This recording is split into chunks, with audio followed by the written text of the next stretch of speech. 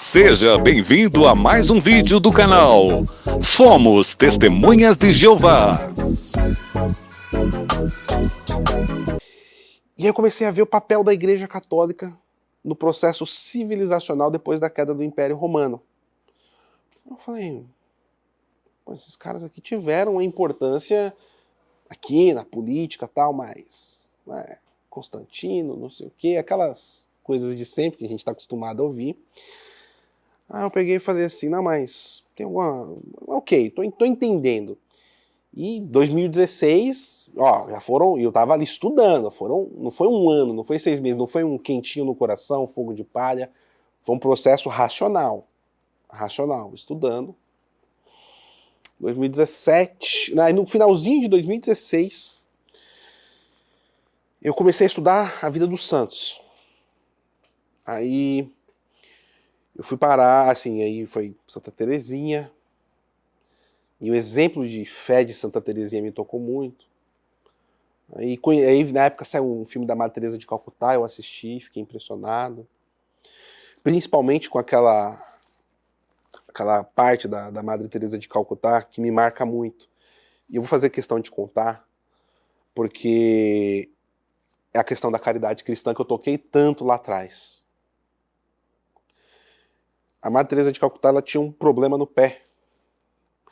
E o pé dela era um pouco deformado. E aí, uma vez falaram assim, mas você usa um sapato ruim, que não é adequado. Por quê? Senão está te prejudicando. E ela falava, não, porque eu uso o pior sapato que a gente tiver de doação para que aqueles que a gente está cuidando tenham um sapato melhor que o meu. Isso me tocou de uma forma... Eu falei... E não é aquela questão, não, ai, que bonita, aquela afetação revolucionária que a gente vê hoje em dia, né? Emulação de virtude. Não, eu percebi a caridade de fé nisso. Depois eu conheci Santa Teresinha, aquela fé, sabe assim, infantil dela até, né? Tão linda. Eu falava, mas olha isso aqui. Aí quando eu vi o filme de Santa Teresinha, que ela fala, mãe, eu queria que você morresse. Jesus, não, para você ficar perto de Nosso Senhor logo. Eu falei, Santa Teresinha, eu falo de Santa Teresinha,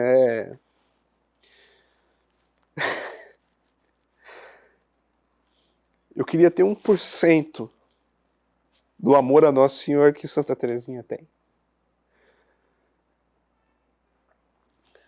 Santa Teresinha é maravilhosa. E aí, você acaba esbarrando em São Tomás de Aquino, mas aquela coisa mais racional, gostei. Nunca fui um profundo estudioso tomista, mas passei por um estudo básico, Santo Agostinho. Né?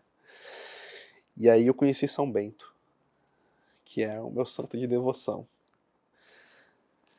E eu tenho um caso de amor com São Bento também, né? São Bento, ele para mim é inspiração.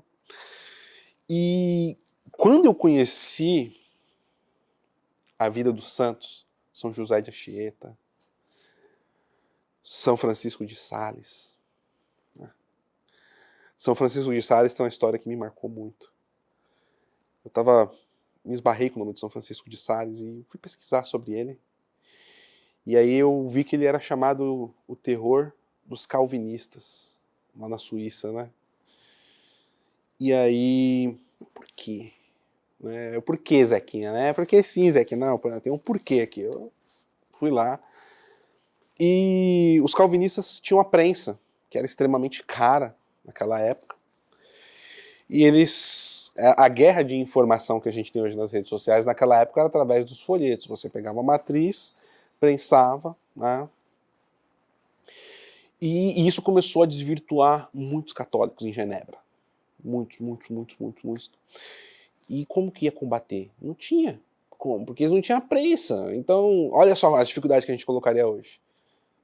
São Francisco de Sales ia lá, escrevia.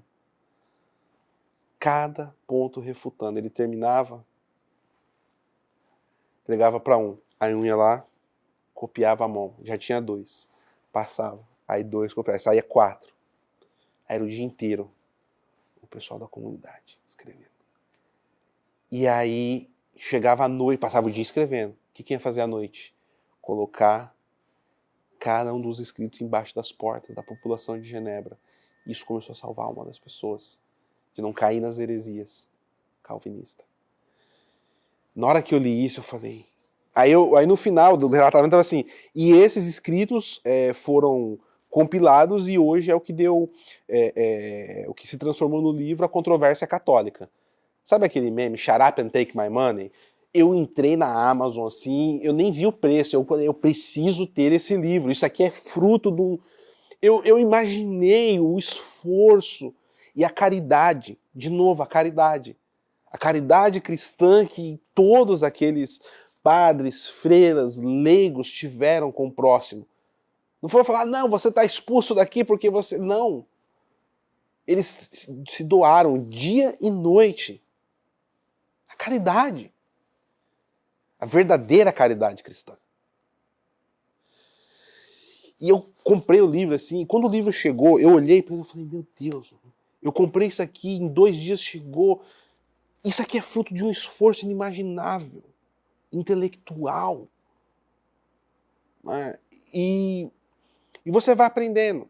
Então você tem a história de São Felipe Neri, quando ele fugiu do pecado. Em vez de ele enfrentar o pecado, você tem que enfrentar o pecado. Não, ele viu o pecado, ele fugiu. Eu falei, pô, mas ele foi inteligente, ele não pecou porque ele fugiu do pecado. Aquela história, né, que chamam ele para ajudar uma mulher que estava doente, era uma mulher que iria porque queria desvirtuá-lo e levá-lo para a cama, né? E aí, na hora que ele... Não, tem um enfermo aqui, na hora que ele entra no quarto, fecham a porta. E aí a mulher sai debaixo das cobertas e tal, ela estava nua. Na hora que ele viu aquilo, em vez de ele tentar contemporizar qualquer coisa, ele olhou, ele saiu, abriu a porta praticamente arrombando e fugiu, correu centenas de metros, porque ele fugiu do pecado. Eu falei, isso é um exemplo sensacional. Acho que você está entendendo onde eu vou chegar.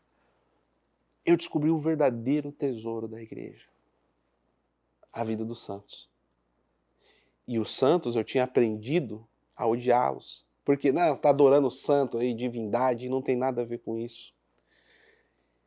E aí, olhando a vida dos santos, né, quando eu fui estudar a história de Portugal, o milagre de Ourix, a aparição de Nosso Senhor, opa! Olha só, Deus não abandonou a gente depois da morte de Nosso Senhor Jesus Cristo. Eu estou encontrando as respostas que ninguém me dava. E por que era escondido isso?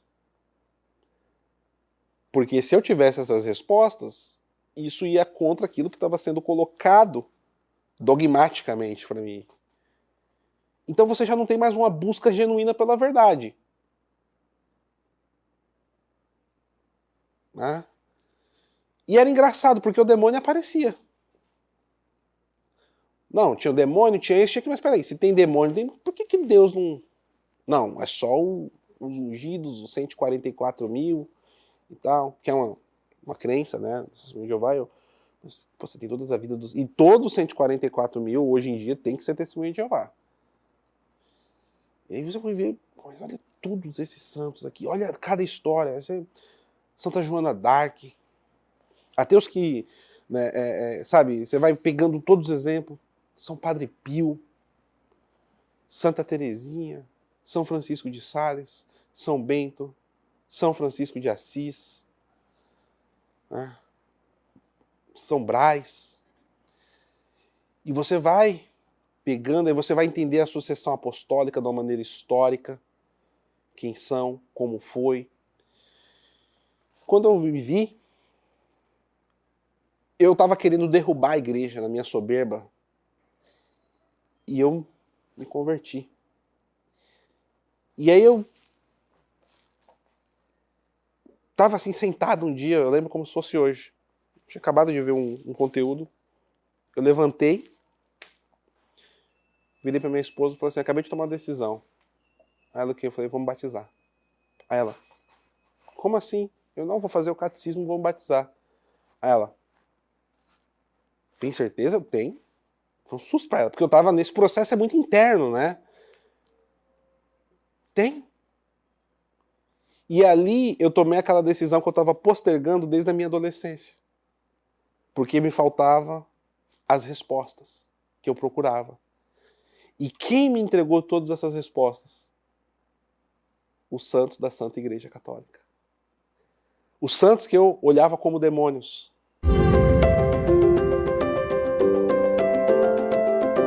Inscreva-se no canal, deixe o seu like, compartilhe o vídeo, faça a sua parte para ajudar outros.